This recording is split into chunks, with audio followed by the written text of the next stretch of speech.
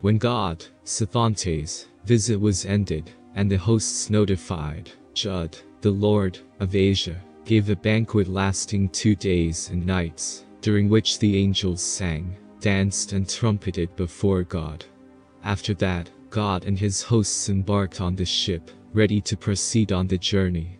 And the Lord of Asia went up to the ship to say goodbye, and his host went with him. God, Sethantes, said, "When Dan approaches we shall meet again.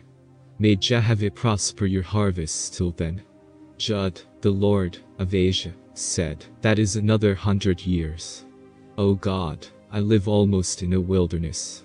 I have not 10 million souls, mortals and spirits." God, Sethantes, said, "Your kingdom shall be mighty when I come again. May it glorify Jehovah." They, God Sethantes and Jud the Lord of Asia, embraced and separated. Each gave the sign of Jehovah's name. Upward rose the ship of God, with banners outstretched, and newly ornamented by the Lord of Asia's angels.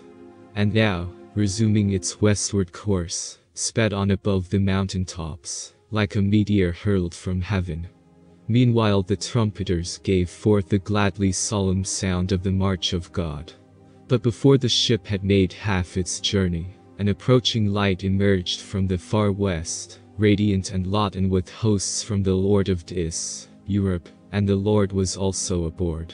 When the ship drew near and halted, God, Sethantes, called with a loud voice, saying, "In Jehovah's name, all hail. I know, my Lord of Europe, comes." And, the Lord of Europe, answered, "Hail to you, O God, Son of Jehovah." And they turned the Lord's ship, and lashed the two together even as they sped on.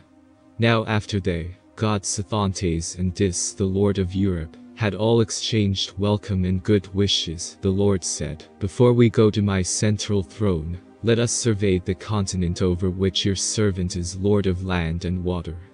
And God, Sethantes, answered, "You will be done, O Lord."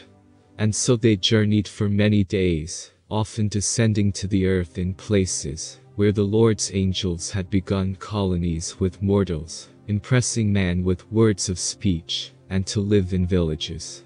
And God, Sethantes, said that all he saw was good and well done. So they came to the throne of the Lord of Europe, and halted and sojourned for 60 days. And God, Sethantes, and his hosts, and the Lord of Europe, and his Ashars and Asaphs, were together in general reunion, praying, singing, and dancing, and reasoning on the endless works of Jehovah. But one book could not contain all that was said and done, of the excursions made, and the visits over the plains and mountains, where in thousands of years from then, man would live and build cities, and go to war and destroy them. The mathematicians foretold the great cities and nations that would rise up, how this one and that one would move to battle, how their great cities would fall in ruins, and be covered up by falling nebulae, and by denuding mountains, for mudslides, glacial activity, erosion, etc., washing down upon them, so that even the memory of them would be lost. And yet, further on, the mathematicians foretold the coming of Cosmin, when the ruined cities would be discovered, and their histories deciphered by the suis, or spiritual comprehension, of man in great Jehovah's hand. And now when all these things had been estimated, the prophets and mathematicians went before God, Sethantes, son of Jehovah, according to the commandments of the Lord of Europe, and spoke, telling all these wonders. When they had finished, God, Sethantes, said, "What is our service on the earth, O Lord of Europe? A few centuries at most, and we will have risen up from the earth, taking our hosts with us to dwell in higher realms. But there shall be other gods and lords after us, to deal with mortals and newly born spirits. After a while there shall be great warriors, and great cities and nations, and they shall have gods and lords of their times who will dwell many weary years, even centuries, in the darkness with man. After that, even the gods and lords will be forgotten. And man will turn against great Jehovah, putting to death his adherents, preferring idols of stone and metal, and spirits born of woman.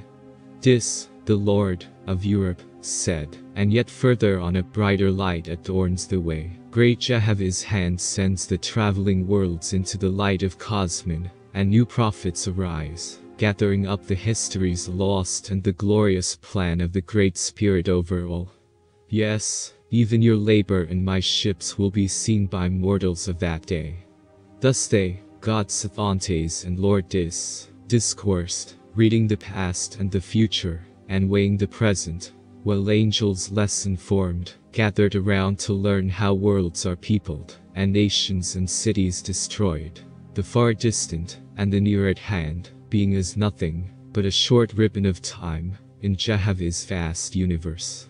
But the time came for God, Sethantes, departure, and he and his traveling host embarked, and, Dis, the Lord of Europe, and his angels drew round to receive God's prayer before he left. And so after they had embraced and parted, God said, though I go away, my love abides with you all.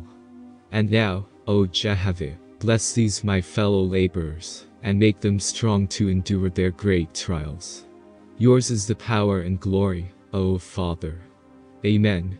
The ship rose up and the trumpeters gave forth, Glory to you, O Jehovah, forever and ever.